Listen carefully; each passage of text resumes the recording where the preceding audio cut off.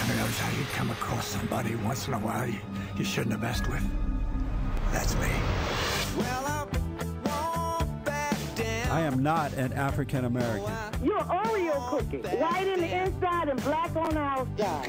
I don't have an afro, I have an Amerifro. Talking that idiotic stuff you talk about, I will slap you. Go ahead. Make my day. Black as the ace of spades, but 100% American. Heard around the world by everybody and their mama. The Jesse Lee Peterson Radio Show. Uniting the races with truth instead of dividing them with lies. We also rebuilding the family by rebuilding the man. I am Jesse Lee Peterson. Welcome to the third hour of the show today. It's amazing how fast 3 hours goes. It's just mind-blowing. But it's okay with me. Again, I hope you had a good Mother's Day weekend or Sunday. It was nice in L.A. in that it was like a holiday. I had to go downtown, Los Angeles, and in the good old days before the traffic jam back in 1968, it would take no more than 20 minutes at best to go downtown. Nowadays, it almost takes an hour. But on yesterday, due to Mother's holiday, I got downtown in less than 15 minutes or so. I got on the freeway and it was like nobody there. And I noticed it was a quiet day, like a holiday. Then I went to the car wash because I knew there would be no lines at the car wash. And lo and behold, there were no lines. I went right through. It was mind-blowing. We should have Mother's Day every day. That will work out. Lots of folks are committed suicide. They are depressed. They are angry. They are living on the edge. They are worried. They are stressed out. It is awful, folks. Just awful. I heard bad news yesterday. I was talking to a good friend. I haven't spoken to her in a while. And she was at a funeral. The funeral had happened on Saturday. Her sister's daughter committed suicide. And the daughter was about 20, I think 25, at best 28, but in the late 20s. I knew the little girl. I knew her when she was a little girl. And she committed suicide. And I asked why. Well, she was depressed. She didn't know how to deal with life. She was upset, And she committed suicide. I was shocked because I knew that little girl, that lady, when she was a little girl, she was a very happy girl growing, at least for a while there, she was happy. But she committed suicide. I have with me a good friend, a longtime friend, a man of character, David Kupelian, award-winning journalist, manager and editor of WorldNet Daily, managing editor of WorldNet Daily. Make sure you visit worldnetdaily.com. I write for them at times. He is the editor of Whistleblower magazine and author of the best-selling book, The Marketing of Evil. And his newest book is How Evil Works. You got to read that book. You really have no other choice. It's a must-read. And David wrote a very, very interesting article for WorldNet Daily. Why are millions of Americans snapping? David, good morning, sir, and welcome to the show. Hey, Jesse, good morning. Happy Mother's Day, or the day after. Thank you. I'm glad you're with me, man. Thank you for being with me. I'm glad to be here. Very, very interesting and informative, insightful article, Americans snapping by the million.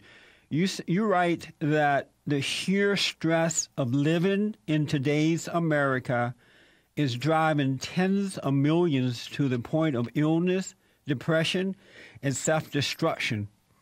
Why is that? Well, and I start the article off with a lot of statistics. Yeah. More soldiers dying by suicide than in combat, and the number of people, astronomical numbers of people on antidepressants. I'll just give you one. 23% of women in their 40s and 50s, that's like 1 in 4, are on these antidepressant drugs. These are powerful, the black box suicide warning labels on them, really powerful, mind-bending drugs. 1 in 4 middle-aged women in America. So you say, why? And, as I kind of developed the article, you have to start off from a baseline. Hey, life is stressful. If you want to go biblical, the Bible calls it, trials and tribulations. But we're born in sin, if you want to put it from a Christian perspective.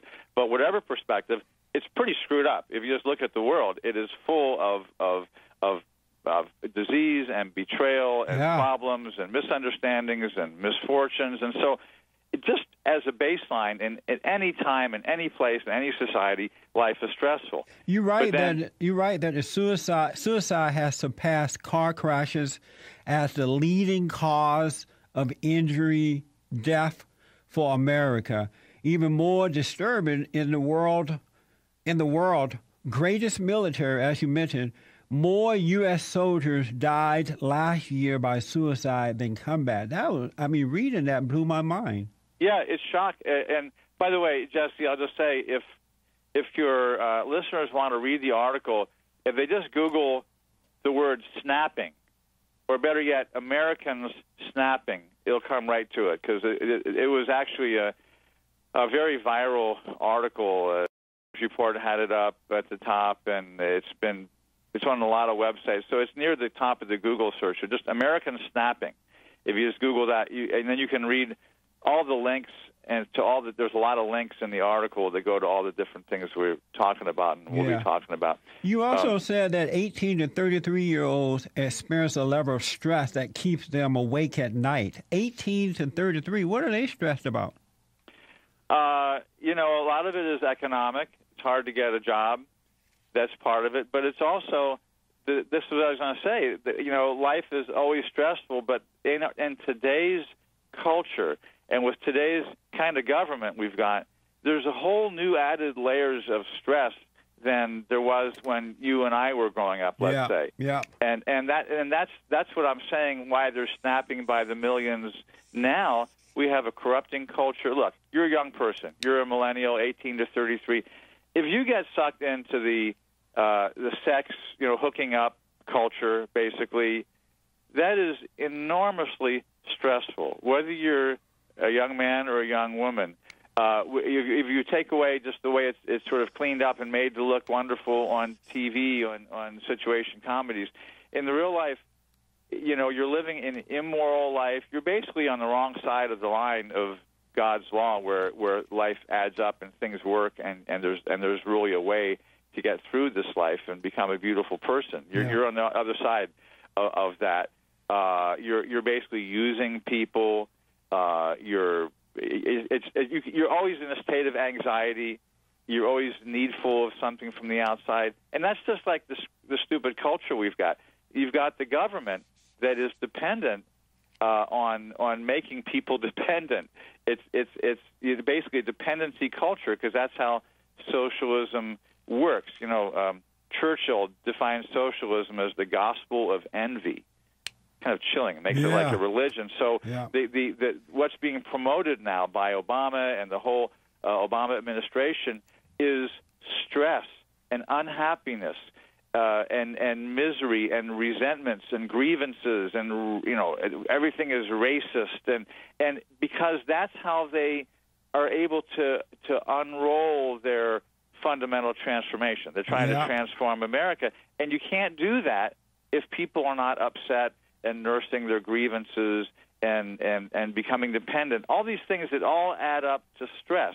So we're creating whole new worlds of stress on top of the normal baseline stress of living and being married and raising kids. It's apparent to me, and it has been apparent since Obama been in the White House 2008 until now, he is deliberately trying to keep the people agitated, irritated, and stressed out. It's like he's intentionally doing it. I can see it so clearly. Yeah, I mentioned in the article, if you, of course, he's a follower of Saul Alinsky, who invented community organizer, and Obama was a big community organizer and taught Alinsky's methods.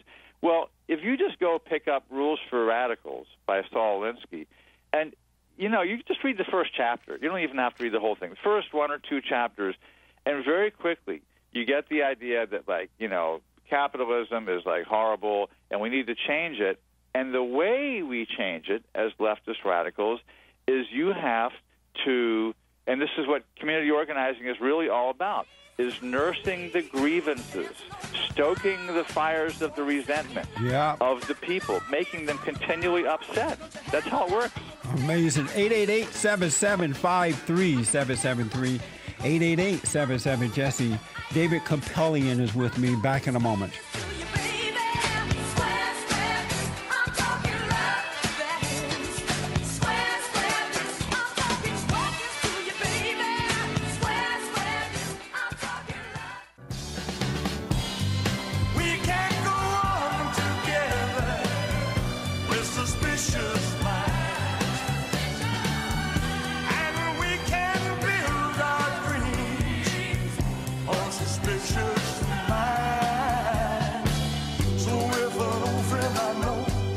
I first became aware of this article on the Drudge Report, and it's been a while since I read such an excellent article about stress.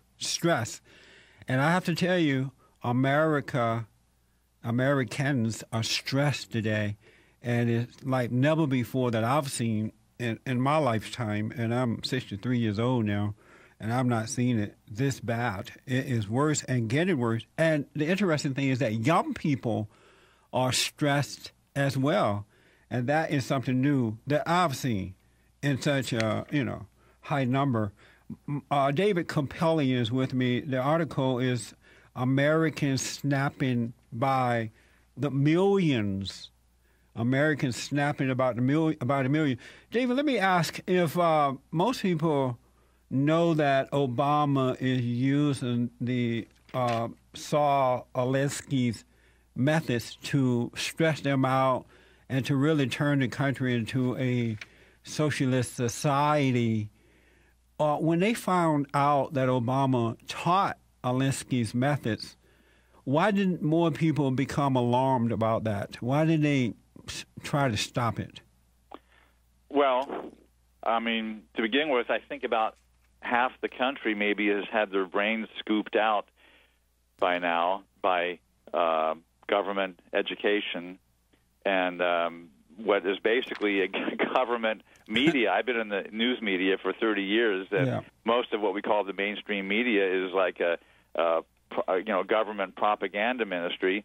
And the public schools, that's just a euphemism for government schools, which is what they actually are. So you go to those schools from the age of 5, and then you graduate and you go to colleges, which are worse.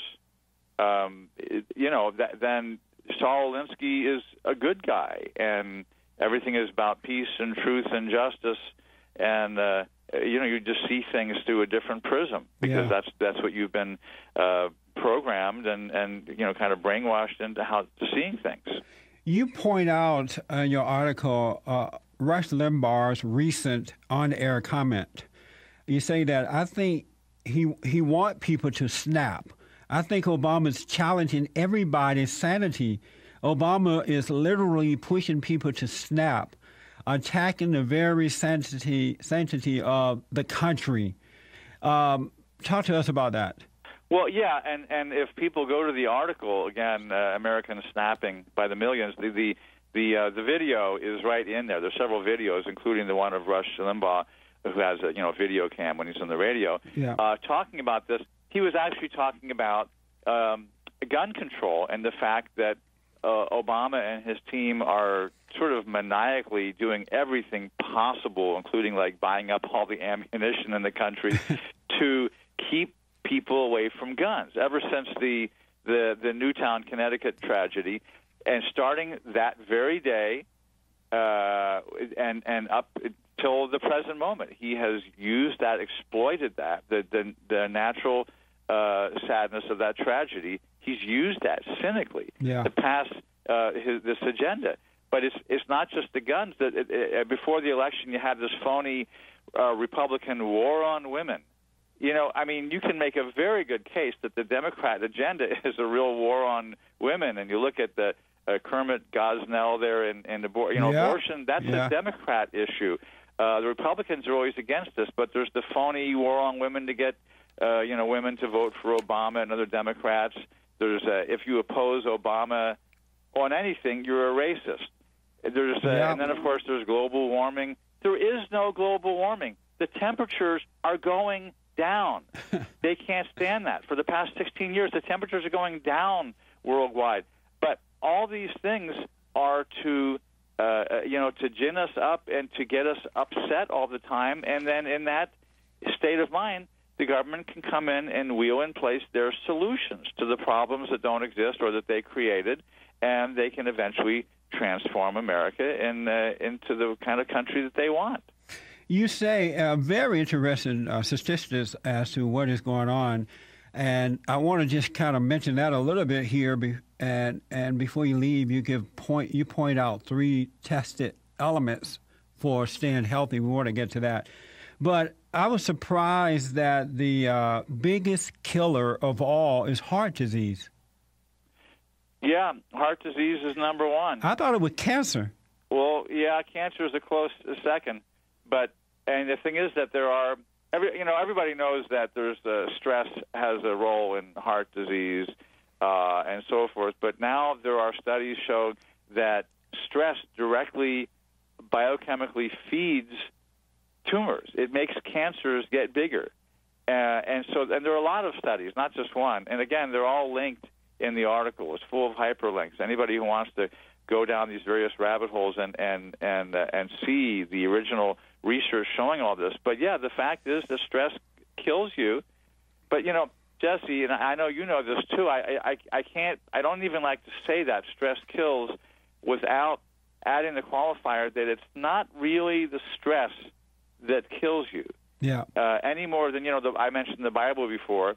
The Bible says that there's trials and tribulations, but there are a lot of verses that basically say, trials and tribulations are there for a purpose. You have to have them, and it's something about the way you go through the stress and the trials. Not so much that, if I have, X level of stress, it's going to kill me. Well, it's going to kill one person, but it's not. The other person somehow has got something different. They understand something. They've tapped into something else, and they actually grow. There are people that came out of Nazi concentration camps, beautiful people, and there are people that came out broken for the rest of their lives. They went through the same thing. There's some other element, some variable that we have to account for, and I'm saying it's how you endure the stress, and that's what we need to talk about. And you're right about that, too. You say that, it's, as you just said, it's not necessarily the stress that is killing you, but your overreaction to the stress. Yeah, and the converse of that is a lot of people who retire, they say, you know what, I'm not going to work anymore. I'm your age and my age. I'm a year older than you, Jesse. I've saved my money. I'm just going to play from now on. I'm just going to play golf from now on and get in my travel trailer, and I'm just not going to do any work. I'm not going to, they don't say this, but they're essentially not going to contribute anything to society. I'm going to avoid stress.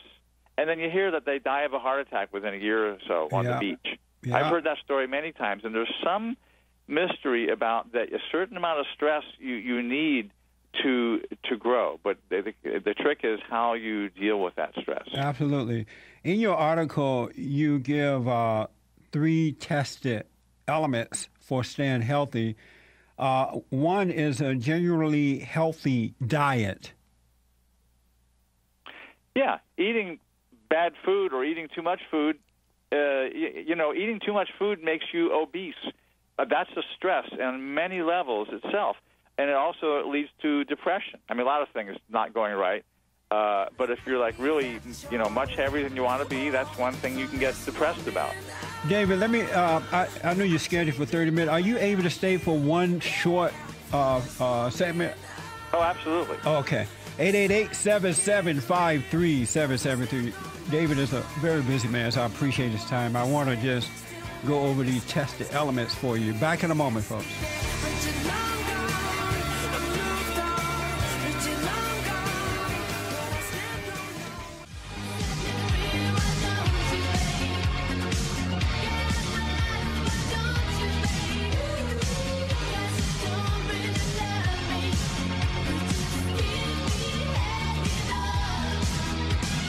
Okay, talking about Americans snapping by the millions. It's an article I highly recommend by my friend David Kupelian. And speaking of Saul Alinsky, he dedicated his book, folks, to Lucifer, to Satan. Isn't that amazing? David, before we get back into the discussion here, tell the folks how to get to your article, Americans Snapping by the Millions, and your books and things like that. Yeah, if you just go on your computer to Google and just type in the words Americans Snapping, those two words, that's the first thing you'll come to, because it was a viral article, and so it's up at the top of the Google listings. And just read it, because everything that's in there is hyperlinked, including all the solutions, the way to overcome stress. There's links to all the various websites that take you to. You can actually try it out online. So that's really because we only have a few minutes here on the radio, I understand, but anybody can investigate it all they want if they go to the article. Good. You again, you point out 3 time-tested elements for staying healthy. A healthy diet, regular exercise, personal quiet time for prayer and reflection. Yeah, it's a must. Life is stressful, and it does scramble your brain, and you do have to have time to actually come back and review, all the good Christian virtues of understanding and forgiveness and repentance and all those types of good healing things. How do you do that if you don't stop once in a while? Yeah. If you're always racing around, if you stop and say, wait a minute, what just happened here? And you close your eyes and you look at what's going on inside your own head and your own kind of feelings going on and your own kind of thoughts you have in your head, that is the real world of revelation. Yeah. If you do that right. And I think, who is it? Somebody said a life not examined is a life not worth living. And, we asked, why did that was, I always want to cry when I hear about some young person committing suicide, and you started off the interview with that. Yeah. It's like people, you commit suicide because it's like a life not worth living, or it's got so much pain, but it's not true. We get deceived so easily. But the truth is, it is worth living, and there is a God, and he's not hanging up on a cloud somewhere. There's some, Jesus said the kingdom of heaven is within you. Yep. But we have those words, but we don't really always know, where he is. And it is, there's that famous psalm that says, "Be still and know that I am God." And that's the name, actually, which you well know, of this little mindfulness exercise that has helped so many people. Yeah. And it's the shortened version of that psalm. It's "Be still and know that I am God." So there's something about being still, and you're not doing anything except basically just watching and detaching and becoming aware in a certain humble, quiet attitude, aware of what's going on, and getting in touch with God. And it's very important. It's important in my life. It's important in your life, and there are millions of people that have discovered, yes, we do need to be still and know that I am God. And what I've linked to in the article here is, there are people that have really, figured that out very well, and it's been proven over the course of decades how this is done. And you can click on the links and actually go and just do it right there and just listen to it. It's just like a short audio track of somebody talking to you, explaining to you how exactly you do this. And I can say it's life-saving. One thing that has happened in this country is that, especially under this administration, Obama administration, they are trying to really defame, destroy Christianity to a point that a lot of young folks are not into Christianity anymore. Yeah, it's very sad because, we love the freedom of this country and the prosperity of this country. Well, you know what? That's all based on biblical principles. Yep. If you go look at our founding documents and our founding fathers and kind of the whole legal and moral culture that America and the Western world, Europe too, at one time, was based on, it was all Christianity. So it's fine if you say, well, I don't believe in Christianity, but you are basically knocking out the foundation of everything that you value. It has roots, and those roots are the thing that you probably don't really understand, because honestly, Jesse, a lot of Christianity today of what represents itself is not a very good representation. Right. So that may be what people are throwing out. I agree. David Kupelian, my friend, thank you so much, and thank you for this great article. Say hello to the family for me. Thanks for having me on, Jesse. I appreciate it. All right, Anytime. buddy. Okay. All right. 888-77-JESSE.